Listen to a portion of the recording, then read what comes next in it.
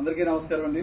ఈ రోజున ఇక్కడ ఇబ్రహీంపట్నంలో ఒక పసిపిల్లవాడిది సైకిల్ తీసుకెళ్తే సైడ్ వాడి పిల్లలు తీసుకెళ్లి ఆడుకొని తొక్కుకుంటుంటే మొన్న 29వ తారీఖున ఈ ఇక్కడ స్థానికంగా ఉన్నటువంటి మాజీ మంత్రి జోగి రమేష్ గారు వారి యొక్క అనుచరులు పిల్లవాడి దగ్గర సైకిల్ తీసుకొని ఆ రోజున వారి కుమారుని యొక్క రిసెప్షన్ కార్యక్రమానికి ఇచ్చేసినప్పుడు చాలా దుర్మార్గంగా పసివాడి పిల్లవాడి సైకిల్ తీసుకుని నేలకేసి పదే పదే కొట్టి సైకిల్ పూర్తిగా డ్యామేజ్ చేశారు.